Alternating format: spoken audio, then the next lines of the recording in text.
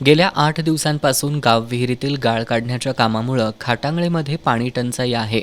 ही पाणी टंचाई दूर करून पाणीपुरवठा सुरळीत करावा या मागणीसाठी सोमवारी ग्रामस्थांनी ग्रामपंचायतीवर मोर्चा काढला होता। या मोर्चावेळी ग्रामपंचायत पदाधिकाऱ्यांसह कर्मचारी कार्यालयात उपस्थित नसल्यामुळे संतप्त ग्रामस्थांनी कार्यालयाला टाळं ठोकलं होतं। त्यानंतर आज ग्रामपंचायत कार्यालयात मासिक सभेचं आयोजन करण्यात आलं होतं। ग्रामस्थांनी सभेच्या ठिकाणी जाऊन सरपंच आणि सदस्यांना पाणी टंचाईबाबत जाब विचारला। विशेष म्हणजे काल ग्रामस्थांसोबत मोर्चामध्ये असलेले सदस्य TG पाटील यांनी आज ग्रामस्थांवरच आगपाखड केल्यानं ग्रामस्थ संतापले। पाणी प्रश्नावर आवाज उठवणारे राजाराम पाटील यांना कार्यालयातून बाहेर काढण्यात आल्यानं त्यांनी ग्रामपंचायत पदाधिकाऱ्यांच्या निषेधाच्या घोषणा दिल्या। वातावरण तणावपूर्ण बनल्यानंतर सरपंचांनी सौम्य भूमिका घेत 1 जूनपर्यंत गावात 1 दिवसाआड पाणीपुरवठा करण्याचं आश्वासन दिलं।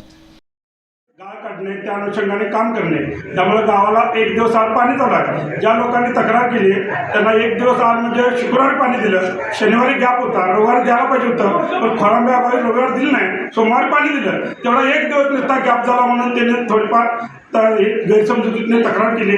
त्यांची आम्ही तक्रार निरसन केली आणि गावाला 1 दिवस आड नियमित आम्ही पाणीपुरवठा करीतच आणि यापुढे काम पूर्ण करेन। काम पूर्ण झाल्यानंतर नियमित पाणीपुरवठा गावाला चालू आहे। यावेळी राजाराम पाटील यांनी पाण्याअभावी ग्रामस्थांची मोठी गैरसोय होत असून ग्रामपंचायतीनं येत्या 8 दिवसांमध्ये गावाला नियमित पाणीपुरवठा केला नाही तर ग्रामपंचायतीसमोर आमरण उपोषणासह आत्मदहनासारखी आंदोलनं करू असा इशारा दिलाय।